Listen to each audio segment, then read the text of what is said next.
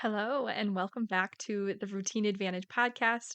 I am Renee Matt, and today I actually want to have a little heart to heart because I have been seeing so many comments about being overwhelmed and exhausted and frustrated and just being in a state that we all want to be more organized. We want to be feeling like we have more free time, and it can be really, really difficult, especially in the world we live in right now where it is just go, go, go, and everything is busy and overwhelming.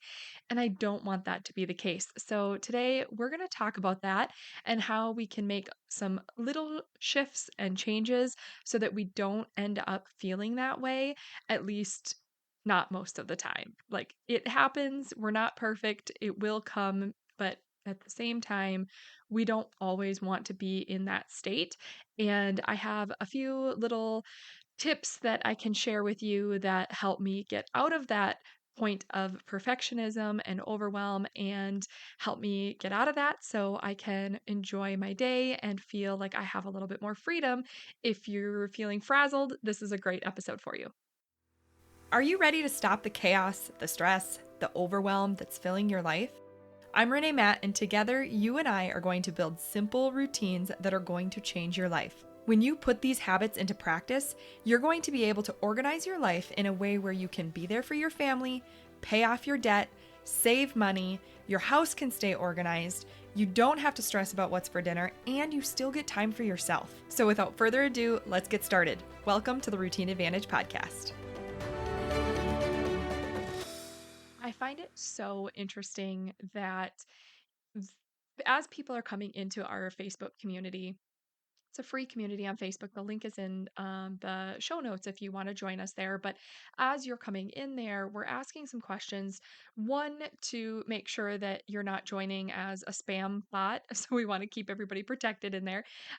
So we ask questions to make sure that you're a real person and also to see how we can help you and to make sure that we are focusing on what you need and what you need help with when it comes to getting really organized and being able to live a life with routines, but with flexible routines. And it's super, super interesting that there are so many different ages and so many different areas of the world, and all of the responses are so relatable. And even the same words are being used over and over and over and over and over. And it's like a few different answers just on repeat and phrased a little bit differently, but even the words are sometimes just the same. And it is so interesting to me because no matter where we are, I think at this point in the world, we can feel very overwhelmed very quickly because there is so much going on around us. There's so much technology around us that we are able to be reached at any point in the day, unless you turn your stuff off like I do. But, um, it's there's this expectation now where we can be reached at any time, and so you don't feel like you have the peace and quiet. And when we are not only able to be reached at all hours of the day, we can also reach others, and we have all of this entertainment at our fingertips, and it's shocking how quickly it can get very overwhelming. And then not only are we being bombarded with all of that, but we're also being bombarded with just the busyness of life. And there's work, there's chores, there's like tasks to be done, and we might have similar tasks and household chores that we have for hundreds of years. I mean, they've shifted a little bit because of the conveniences now, but it seems like our time is just plugged in. Like, when was the last time, for instance, when was the last time you could look at your calendar and say you have like big blocks of time that you have nothing going on? And you don't have any tasks to catch up on. You don't have any plans made. You don't have anywhere to go. You don't have any errands to run. You don't have anything to do. You just have a block of time that you can choose whatever it is that you feel like doing. We don't have these unless we are very intentional about creating those. And when we're feeling so overwhelmed, that is a good indication that you need to be creating those blocks in your day or somewhere throughout your week that you can take some time to really do what is needed, even if what is needed is to rest and do absolutely nothing. Now, this is really hard for a lot of people, and I am one of those people as well. My husband is always asking me, like, why can't you just sit down and just relax? But I always have that need to feel like I need to be doing something. And if I don't do something, then it's really hard for me to feel like I'm caught up on stuff. And when I started shifting into routines, this has helped a ton with being able to actually stop and have blocks of time where I'm okay doing nothing and I'm okay doing things that are relaxing and restful because I know that I can get everything else done in the other routines with throughout my day because I have prepared it ahead of time, I've planned it ahead of time, and I'm really intentional about that time. Now, am I perfect all of the time? Absolutely not. Not at all. But I always have that backup plan to be able to go through. And when I'm seeing a lot of people struggling with creating routines and not being able to stick to them, this is completely normal. And I just want you to know that, like, if you feel like you are not being able to live up to the standards that other people are, it's not true. It is completely normal to create a routine and then feel like you're not able to stick to it. So the things that I think are the most important is to find out what your priorities are and to create simple routines that feel sustainable for you, not compared to what other people are doing, but that are sustainable for you and for your life. And then it just gives a little bit of structure when you are feeling really overwhelmed. And that is actually why I had created the workbook in the first place. So I created a workbook at, you can go to yourorganizedlifeblueprint.com to take a look at it and see what it's all about. But basically, you are taking 5 very basic routines and getting structure around them for your life. So you will have a morning routine, you will have a meal planning routine, you will have a daily 7 home routine, which is to take care of your home and keep it tidy and clean. You will have a movement routine to help give you that energy boost so you're not feeling so sluggish all the time. And you will have a budget routine. So it's very simple routines that can be applied to absolutely anyone. And if I think that is a really important thing is when you are building routines to not just get so focused on having everything perfect and having all of these structured routines in place and having your day look the exact same as the day before and making everything so structured, it's going to be really important to have the routines that allow you to just create those habits, but also to make sure that you are not focusing on perfectionism, but you're focusing on consistency. And the reason that I say that is because it will never be perfect. And if you are focusing on perfectionism and having everything perfect all the time, you're going to eventually feel like a failure. And that is what I do not want to happen for you. So, when you are setting up a routine, so let's say, for example, it is your daily 7 home routine. And this routine is taking the concept of having to clean your home and it's pulling it down rather than having you focus on constantly trying to keep up with your house cleaning and feeling like you're cleaning for 3 hours a day and it never feels clean and it just keeps repeating that cycle. It's instead taking your very top priorities that you consider to be the ones that are most important to you to feel like you have a clean home. And then it's making a structured routine with those items so that you have a default to go to whenever your house starts feeling messy. And I like to recommend to do this at least once a day, or I'm sorry, not at least once a day, to do it once a day or at least every couple of days. But I can tell you right now, once you're in the habit of doing it, it goes much quicker and it feels much better when you can try and create the time to do it each day. But the key is to not let it take a big chunk of your day. So instead of cleaning for 3 hours a day and feeling like you didn't get through anything, then you're actually cutting it down. You're doing those priorities. You're getting them done as quickly as you can in the same order so that you get even faster at it. And it becomes that default routine. And then you will end up having a house that feels good within 20 minutes. And then from there, you get this like boost where you feel like you can tackle more, or then you know that you have done what you need to do and you can rest if that is what you absolutely need in that season of your life. So it's totally customizable, but it gives you some structure without needing everything to be absolutely perfect. And this takes time, this takes intentionality. And what is really cool is that if you end up skipping a day, because you will run into days where you can't get to this, then if you are feeling overwhelmed the next day, instead of letting everything just become so frazzled and chaotic and everything feels like it's falling apart, you have that routine as your anchor. You can take that and you can just get through and power through that daily 7 home routine to help reset your home in a way that feels good to you because you've already done the work to establish what actually feels good.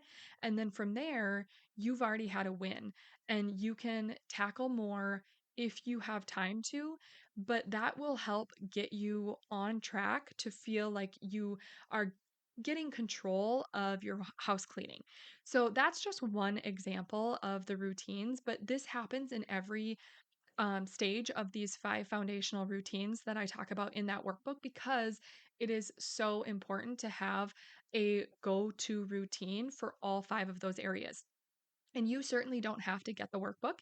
If that's not your thing, you can go back and listen to the previous episodes, especially the early episodes. They're going to walk through more of those foundational routines for like the structure, and then the following episodes give more kind of meat to to those foundational routines so that you can really start to make those changes that work for your life. But I think the biggest thing is to not focus on the perfectionism, because when we do that, it does prevent us from being productive. It actually moves us backwards and it holds us back from being able to make progress. So, messy progress is better than perfectionism that is keeping us stuck. And when we let that perfectionism in, it's also like a fear of not being able to win or be, or like a fear of failure. And that is a really big struggle, especially if you are somebody like me who wants everything to be perfect. I know I've had conversations about the Enneagram with a lot of people, and I loved it. And then I found out that it has some roots that are not good for Christians, and so I wasn't going to bring it up on here. But if you are aware of the Enneagram, I was an Enneagram 1 on that scale. So if you can think of that, they are called the perfectionist, and the description is like me to a T. Like that's how I feel. So it's really hard, especially for me um to tackle something knowing that I'm not going to be doing super great at it at first, because in my gut, I would rather just not do it if I know can't do it the absolute best. And it has taken a lot of time for me to be able to be okay with things not being perfect And it has been a lot of years of practicing that. And so if I can do it, you can do it too, even if you are wired just like me. But it is just something that we have to get past is being able to just keep going even if we are struggling with wanting everything just the way we want it. And when we are in that space too, we tend to over organize, and it makes us like it gets us to a point where we're just completely burnout. And we don't want to be doing that either. And it could go actually two different ways to burn out is like you can be so over organizing so that it's impossible to keep up with it. And eventually you start falling behind, and then everything just seems to snowball from there, and you just get totally fried. Or you could go the opposite direction and you could have absolutely no structure where everything just keeps piling up and piling up and piling up, and you have absolutely no sense of organization on it. And that burns you out too. So we want to kind of meet somewhere in the middle where we have some structure and some organization, but we aren't so focused on it being perfect. And when we can take these simple routines that work for us, we can use those to help ground us and be able to get us back on track when things do start feeling like they're falling off the rails. And if you need some help doing that, that workbook will walk you through that, or some of my earlier episodes are great to walk through that.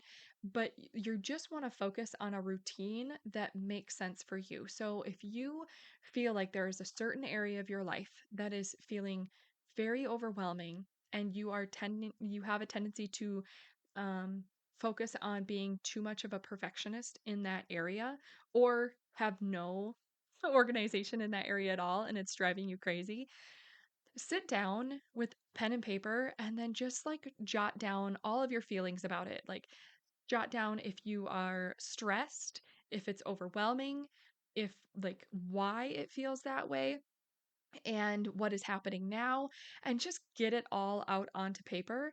And then maybe when you look at that, you can start asking yourself, like, okay, what are three things I could do to have some like a default routine in this area?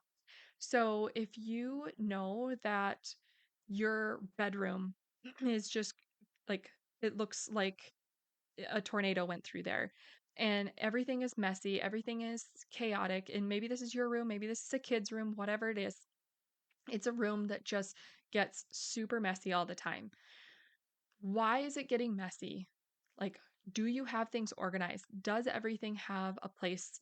Does it need to be decluttered? Do you need to just go through with some boxes and take a ton of stuff out of there and go bring it to, a donation center? Um, does it does it feel like a space that you want to be in, or does it need some like reorganizing? Ask yourself what's working and what's not, and then see if there are just three things that you can do when it starts feeling overwhelming like that. So maybe, for instance, like, this isn't one of the foundational routines, but this could be a routine for you is when you start feeling like that room is really messy, you do three things. And maybe the first thing is, I'm just thinking of this on the top of my head, so I'm struggling a little bit. So the first thing maybe is to make sure that everything is picked up off of the floor. Doesn't matter what it is, just pick it up off of the floor. And maybe the second thing is to grab a box and, or if you have the donation bin, like we have talked about in previous episodes, go grab that box and pull out 10 things that you're going to donate right away. Or maybe it is, the third thing that you can do is, let's say it is hanging up 10 items of clothing.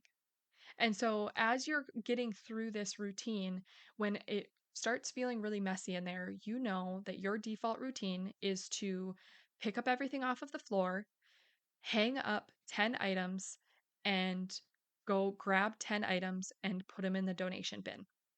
And then that is just your routine.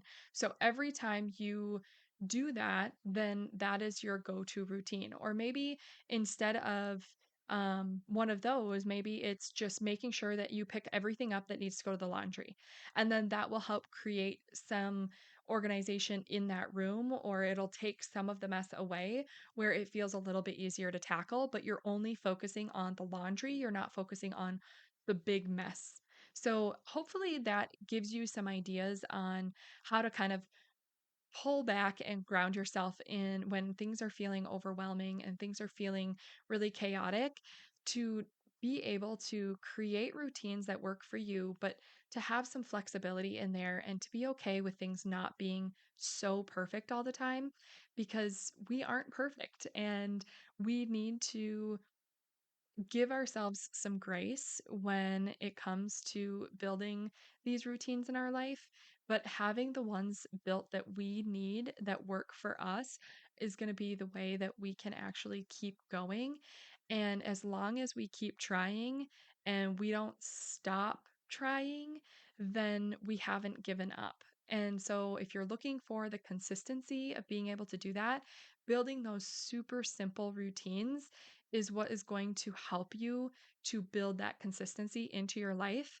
Because if it's going to be too much, it's going to feel too overwhelming, and that's going to prevent us from doing these routines. So it is critical that we keep our routines super simple so that when things are feeling very overwhelming, we have those default routines to fall back on. And that is what is going to help us progress and to make bigger steps as we go without feeling like we're falling behind. So go take a look at that workbook if you want to, or come join us in the Facebook community. The link is in the show notes, and so is the one for the workbook. And if you need some encouragement and some support, we would love to see you in that Facebook community. That is what we're there for, and we are there to cheer you on and even to help you build your routines if you need us to help with that. I hope you have a wonderful rest of your week, and I will see you on the next episode. Did you love that episode or learn something useful? If so, would you do me a huge favor? My goal is to grow this podcast and help as many women as I can break free from the overwhelm so they can truly enjoy their life. The best way for me to do this is for you to leave a 5-star written review on your podcast app and to share this episode with a friend or in your Instagram stories. I appreciate you being here. I hope you have a wonderful day, and I will see you on the next episode. Take care.